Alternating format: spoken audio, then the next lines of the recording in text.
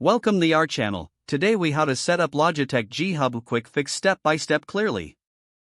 To begin, download the Logitech G Hub software from the official Logitech website. Once the download is complete, locate the downloaded file in your Downloads folder. Double-click the installation file to start the installation process. Follow the on-screen prompts to complete the installation. After installation, launch Logitech G Hub by clicking the icon on your desktop or from the Start menu. If prompted, log into your Logitech account or create a new account if you don't have one. Once logged in, connect your Logitech gaming device to your computer. You should see your connected device appear in the G Hub interface. Click on the device to access its settings and customization options. Explore the various tabs for key assignments, lighting effects, and more. To set up your device, click on the specific action you want to customize, such as button assignments or DPI settings. Follow the prompts to assign different functions to each button on your device. Adjust the lighting settings according to your preference in the Lighting tab.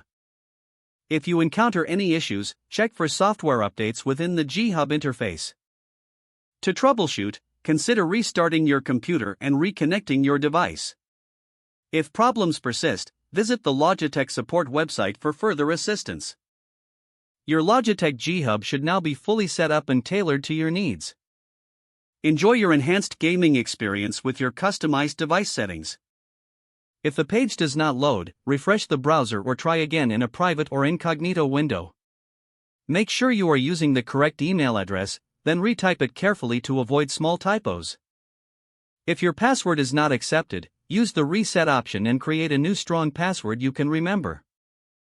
Check your spam folder for verification or security emails, then complete any requested confirmation steps.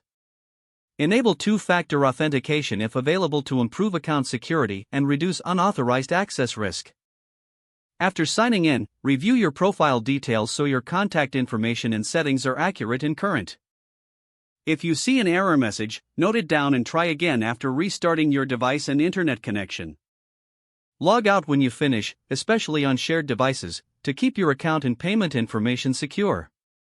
If the page does not load, refresh the browser or try again in a private or incognito window. Make sure you are using the correct email address, then retype it carefully to avoid small typos. Don't forget to like this video and subscribe to our channel for more